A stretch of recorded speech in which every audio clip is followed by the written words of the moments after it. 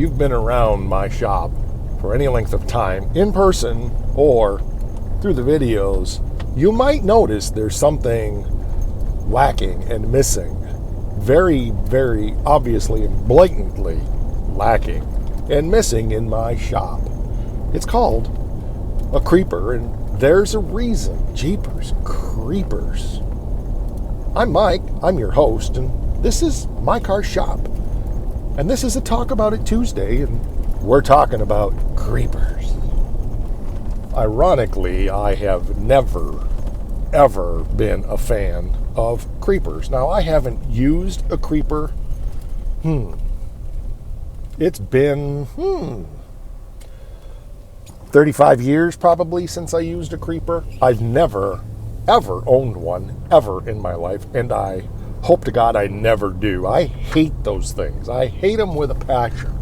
Now, there's a couple of reasons why I hate them with a passion, and I'm going to share those with you, and I'm going to share some experiences with you as well. And if you like a creeper, that's great. I would much rather lay on a piece of cardboard than lay on a creeper. So here's my reasons why. First of all, I have had long hair a big part of my life. And long hair and creeper wheels do not get along. I can't tell you how often when I was working as a professional mechanic and I would grab one of the shop creepers, I would end up rolling my hair up in a creeper wheel. And one time I even stood up with the creeper hanging off of my hair. It wasn't nearly this long then, but close. And it took me forever to get my hair untangled. I hate those things. Doesn't matter whether my hair is in a ponytail or what. Well, cut your hair, Mike. Yeah, well, you know, that ain't going to happen. I had short hair for many, many years. And in 2020, I decided if I was going to go out with some freak disease, then I'm going out with long hair. Second reason I don't like them, I don't even like being in a shop where they are, is because working around other people, they often don't use proper creeper etiquette. Now, what is proper creeper etiquette? That sounds weird, right? Well, basically, it says never leave a damn creeper laying on the floor where somebody can step on it. Ask me how I know about that one. Proper creeper etiquette says when you roll out off of a creeper, you pick it up with you and you stand it up. So there's zero chance of somebody stepping on it. Back in the days when I was in college, I managed a hot rod shop up in Marquette, Michigan called Street Scene. And I was there at the shop one day by myself trying to man 2 different phone lines and run the shop and do mechanical work in the back. And it was just a busy, busy day. And I was there by myself. And we had one phone in the front and one phone in the back. And when I say in the back, I mean we had one phone in the little storefront where we sold performance parts. And then right outside of that, around the back, right next to the hand washing sink, there was another phone. The one back in the shop was more for us employees to use for our personal calls and things like that. If our wives needed to call us, they could call that number, etc., etc. Well, one day I was there by myself, and to this day, I don't know how it happened, but I know it happened.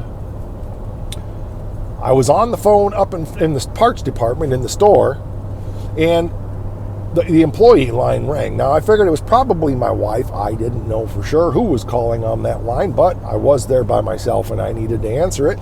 So I put down the phone, said, hold on a minute, I got a call on another line, put the phone down, went trucking out of the office area there around the corner, and the next thing I know, I'm looking at the ceiling with my feet straight up in the air and my head smashing down on the floor.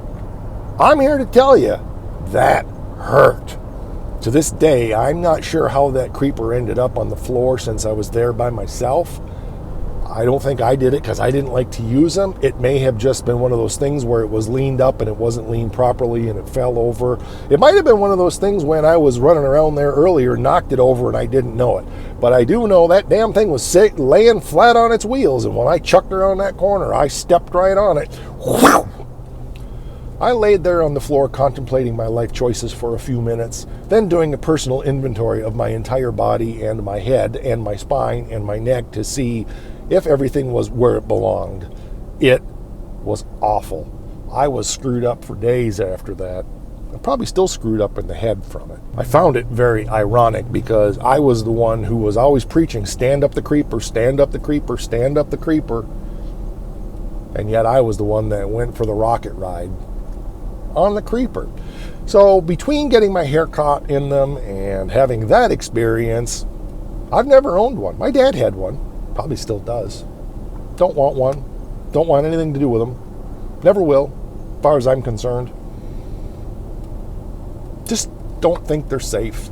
Now, I get the other thing is, in most of the shops that I've had, the floors are not good, and trying to roll around in one of those things is a bigger frustration. I usually end up sliding off of it more than I end up sliding around on it. So there's that too. They're just kind of a pain. Now I know there's really good ones with low centers of gravity and neoprene, polyurethane, whatever. Anyway, polyurethane wheels, all kind of stuff that real fancy and expensive. But I'm here to tell you, I hate them.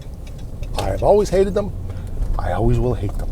Jeepers creepers, I hate those things. So if you wonder why I am the way that I am, apart from my mom dropping me on my head 2 or 3 times a day when I was a little baby because I was a brat, just kidding. Maybe that's why. Maybe it's because of smashing my brains on the concrete in the hot rod shop after stepping on a creeper and going for that rocket ride.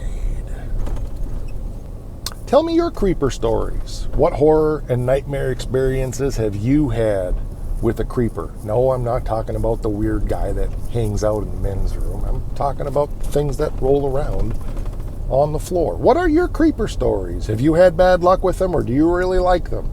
Drop it down there in the comments. I'd appreciate it. And guess what?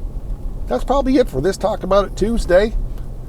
Swing around again next Tuesday and there'll be another one. Plus we have hands-on episodes on Fridays and Sundays. We got so much stuff going on here, we can hardly stand ourselves. It's all good vibrations. All right, I appreciate you being here. We will catch you on the next one. Well, I don't know if I'll catch you, but you can catch me on the next one, and I guess if you're here, I'll catch you too. Thanks for being here. Rock!